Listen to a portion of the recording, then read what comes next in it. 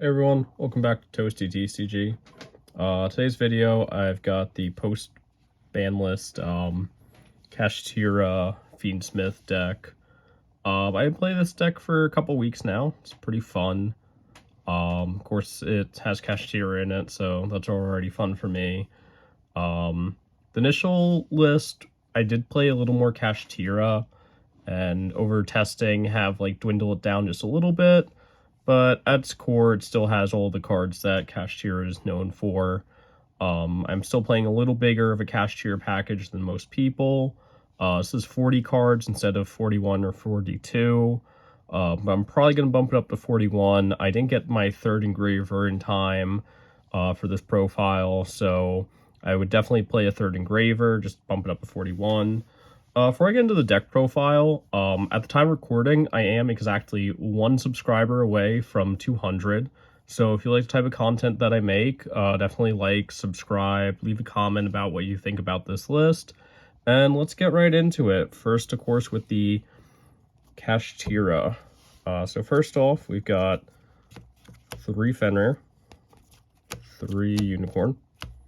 And I'm playing 1 main deck Riseheart, 2 Birth, and 4 Planet. So the reason for these ratios is Fenrir is, of course, just very good, but this is very similar to the Heat Soul package when you're playing in terms of like playing Fiendsmith. Basically any combination of these cards, or even just like 1 Fenrir, is full Fiendsmith combo. Like if you open Unicorn Riseheart, that's combo. Fenrir by itself is combo. Fenrir Birth is combo. The only one that's not combo is Unicorn plus Birth. I was initially playing 3, but then I cut down Birth to 2 because I'm playing significantly less Kashtiras. Like the 3rd Birth is really good when you're playing 3 Riseheart. You have Scareclaw, you have Ogre. But the first turn of the game, it's not as good. Whereas like it's better in like the grind game, which is ultimately like the goal of this deck. This is like a modern like anti-meta deck. I definitely wouldn't say that this deck is the meta.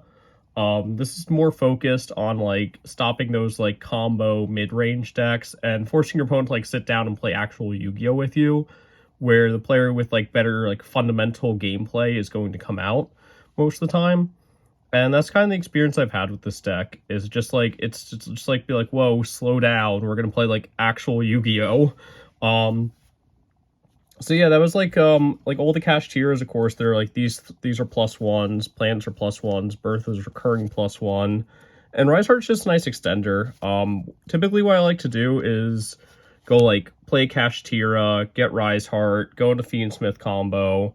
If you can avoid using your Kashtiras, even better, because after you do like Fiendsmith stuff, you can summon your Riseheart, turn it into like a Shangira with whatever you summoned. That's usually like a pretty nice end board. And like going first, typically like this format, last format, this is like very strange. So last format, Nib wasn't really in the format, right? So you could end on Desiree. But going into post Crossbreaker format, Nib is main decked at 3 for most decks. So instead of going for that, you want to end on Caesar. Which I think is very interesting. So it's like just immediate switch. It's like, oh, I can't safely pass on this Desiree anymore. Because if you go like Desiree, you shuffle back like Requiem, Engraver, Lacrima, and they nib you. I feel like you probably just lose on the spot if you don't have like a million, just the greatest like hand in existence. I don't know how else to like put it. So it's just better to like end on Caesar now, and then do Kashtira plays if they're applicable. Next up is the Fiendsmith package. Like I mentioned, the 3rd engraver didn't make it on time. Otherwise, there would be 3. 3 Lacrima, 1 Lurie, 2 Tract, and 1 Paradise. Otherwise pretty standard. The only thing I'd say is, like, you can play Tract at, like, any amount. I feel for, like, however many of these that you don't have, you should up Tract from, like, if you're just playing 1 Tract, like say you only have like 1 engraver, you should up Tract to like at least 2. And then if you have like missing a Lacrima, then play like 3 tracks, like, because ultimately, like, this is like what's going to get you into your combo. So if you're missing like these pieces or any of these, like besides just Lurie, if you don't have Lurie, then it's really weird. But if you're missing like Lacrima or Engraver to any amount, you should like up the amount of tracks you play, I think. Otherwise, this is like pretty much like a standard engine. Paradise is insane. The amount of times where I send Paradise to the grave off Lacrima, like your opponent reads it, it's like, oh, that's really cool. And then like you flip it on them, and it's just like this card's insane when it goes off. And you can usually go Lacrima on your opponent's turn by like shuffling it back, summon Requiem, summon Lacrima, dump Paradise. So you can set a Paradise up on your opponent's turn, which is really cool. Then after that, we have the 18 hand traps. Starting off, of course, we have 3 Ash, 3 more Ash, 3 Imperm, 3 more Imperm. We have 3 Ogre. And like I mentioned, the newest addition to the format, welcome back, Nib. Just 18, just very good hand traps. The only thing, of course, that conflicts sort of is like the Purge with Ash. Same thing with like with Rise Heart. Purge you can say like Purge conflicts with it, but ultimately you're just going to normal summon your Rise Heart and link it away almost 99% of the time. If you're not locked by Purge, you can activate Rise Heart, just like get a banish.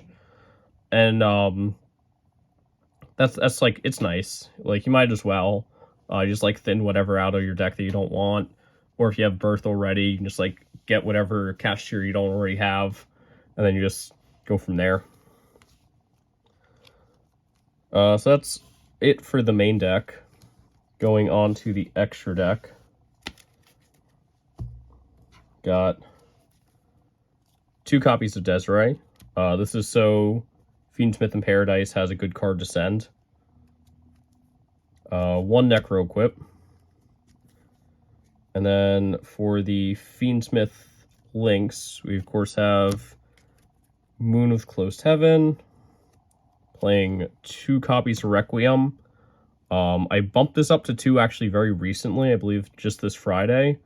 Last Wednesday, someone bestialed my first Requiem. I was like, at first I thought like, okay, this is perfectly fine. I can just keep going because I already resolved Requiem to summon. And it turns out like losing Requiem is like, it hurts a lot. So playing 2 is super good. I would also play 2 Sequence. I'm just not totally sure what the cut would be. I have like some ideas, but I definitely want to play a second Sequence because this has the same problem as Requiem, where if you lose Sequence, it just locks you out of one of the best plays of your deck, which is making Desiree. 1 Agnum Day. This card's like an OTK machine. It's really insane. Like if you go like Sequence, summon Desiree, make Agnum Day, you can shuffle your Sequence back, send something with Desiree, then you can go like battle phase. Say you have like Fenrir Agnum Day, you just go like hit for 18, hit for 24, Agnum Day summons Desiree, and that should be, I believe that's an OTK there, because gaining 1800, yeah, so it's 42 or 46, whatever the math goes out to. But that's just like an OTK. Like you send something off the Desiree, then you just go battle phase, swing, Agnum Day, summon back Desiree, attack for game. It's like a really crazy OTK. A lot of people like they're not ready for it either. The amount of time where I'm just like, I just swing those guys, like okay, and it's like Agnum Day. It's like, wait, you can do that in battle phase? It's really crazy. And then just like an SP Little Knight. For the XZs, there's Wave High King Caesar.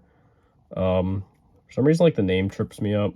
Conestellar Bertomli M7. Now this is a card I would consider cutting. I've been playing it pretty much the whole time, and just like, I don't know, I've never gone into it. Like every time I played this deck in the last like 2 weeks now, I've gone either undefeated or 3-1, and just like I've never once made this card. I don't know if I'm doing something wrong, or it's just like I never feel like this is necessary. There's never a point where it's like, oh, I need to make Conestellar right here. This is so important. It's like I've never had this card come up once. This should probably just be my second sequence. There's a Typhon, a Zeus, Shangira, and finally Chaos Angel. Any deck that can stick a Chaos Angel in, like, this card is so neat. And the amount of times where it's like you make it and it's just like, it doesn't win you the game on the spot, but it puts you in such a good position, especially if you make it with like, if you make it with your Necro Equip and Lacrima, it's just insane. Which is typically like, it's how you want to make it. You can also just make it off of Engraver Lacrima, but the play with making it with the Necro Equip is like, say you have Engraver Lacrima, you just equip the Requiem from your grave to your Engraver, make Necro Equip. There you go. You just make a Chaos Angel from there. And then it's also unaffected by a lot by activate monster effects. So like no matter what, you're going to make this, it's going to have the light effect. You're never making this with 2 darks. You're always making it with at least like Engraver Lacrima, so it's always going to have the light effect. Otherwise, you make it with, like I mentioned, Necro Equip, and now you have dark and light, and this card is just like insane, no matter how you approach making it in this deck. For the side deck, we have Triple D Barrier. This card is basically just a meta staple lately. Triple Judgment. You guys know that I'm always just going to play Judgment. Triple Fulos and Triple Brulia. These cards are just playing 6 copies of Max C. And newest addition to the format, Triple Lancia. This is a card that, you know, it's going to be good for Malice. I'm not sure if there's much else, like Ritual Beast, I guess. You could side it against, like, pure Kashtira. If you think it's going to work, you could try it against, like, this, like, deck, which I don't know. If it's open, like, you only open Kashtira cards, maybe, but I don't see that being that great. But yeah, I didn't side it today. Like, going into this format, this, like, day 1 for my locals, I played Ryziel, I played against Drytron, then, let's see, what did we play against today? Jesus. So I played against Ryziel, Drytron, and then, oh, round 3 I played the mirror match. The mirror match was, like, a lot of fun. There's definitely, like, we both kept having, like, 2 to 3 hand traps for each other. Just came down to, like, a really, really just slow grind game, which is exactly, it's like, it's where you want this deck to go. You want to take your opponent into a just standstill grind game. Because, like, all your engine is just, like, so many, like, 1-card piece, like, little combo pieces, little, like, interactions, and you just want to interact with your opponent more than they can do to you, which, like, this deck is so much fun. Like, your opponent, like, you both get to play the game, and this deck is just based around, can you play the game better?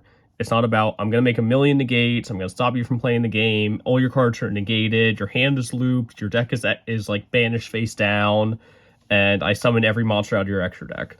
Like, this deck's like, we're just going to sit down and play some Yu-Gi-Oh! Which is just, like, it's just so much fun. This deck's just such a good time overall. But yeah, that's, my list for Fiendsmith, Kashtira, Fiendsmith. Let me know what you guys think. I hope you like this profile. And I guess I will catch you guys in the next one. And hopefully, when I see you guys next, we'll be past 200 subscribers. Till then.